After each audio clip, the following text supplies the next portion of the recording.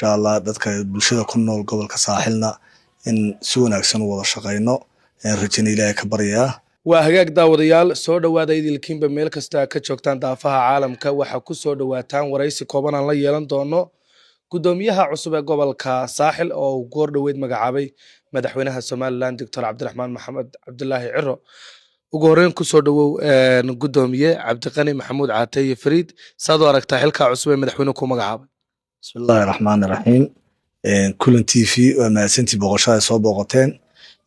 Ilaahay ka sokow ilaahay warta ma hadnaqayaa markay xigtay madaxweynaha Jamhuuriyadda Somaliland Dr. Cabdiraxmaan Maxamed Cabdullaahi Ciro oo ii magacaabay xilkan cusub ayaan uga mahad celinayaa. Ilaahay xilka culus ee barasaabnimada ama gudoomiyaha gobolka saaxil ilaahay ugu asturo. insha Allah waxaan jeclahay inaan shaqo wanaagsan ka qabto shaqada gudoominimo haddii la yiraahdo horumar iyo nabadgelyo aan u rajaynayaa gobolka cusub. insha Allah dadka bulshada ku nool gobolka saaxilna in si wanaagsan u wada shaqeyno rajayna Ilaahay ka baryaa.